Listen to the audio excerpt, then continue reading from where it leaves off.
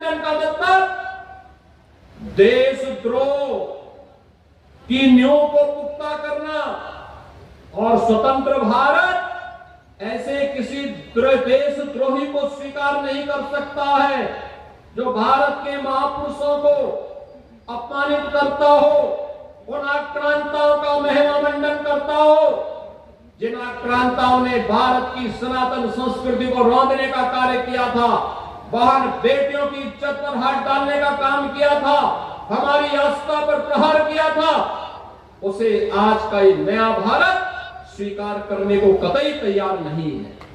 और इसीलिए मैं आपके कहने के लिए आया हूं, विकास की गाथा तभी आगे बढ़ सकती है जब हम अपनी विरासत को पूरे गौरव के साथ आगे बढ़ाने का काम कर रहे हैं।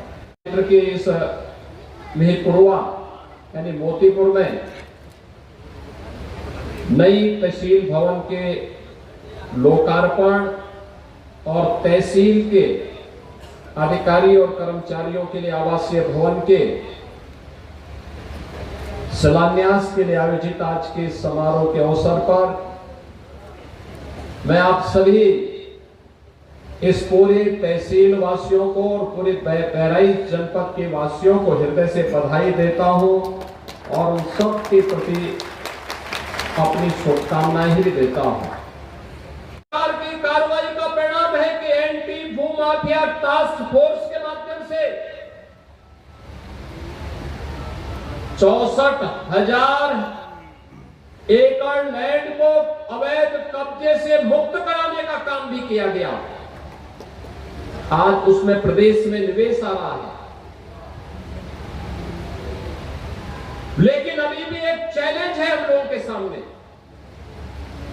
और चैलेंज वही सरकार ने इसके लिए डबल इंजन की सरकार ने फिर इसमें और व्यवस्था की है कि गांव में ग्राम सचिवालय होगा। ग्राम सचिवालय में ऑप्टिकल फाइबर या वाईफाई की हम सुविधा देंगे और गांव में ही गांव के लोगों को बैंक की सुविधा भी देंगे।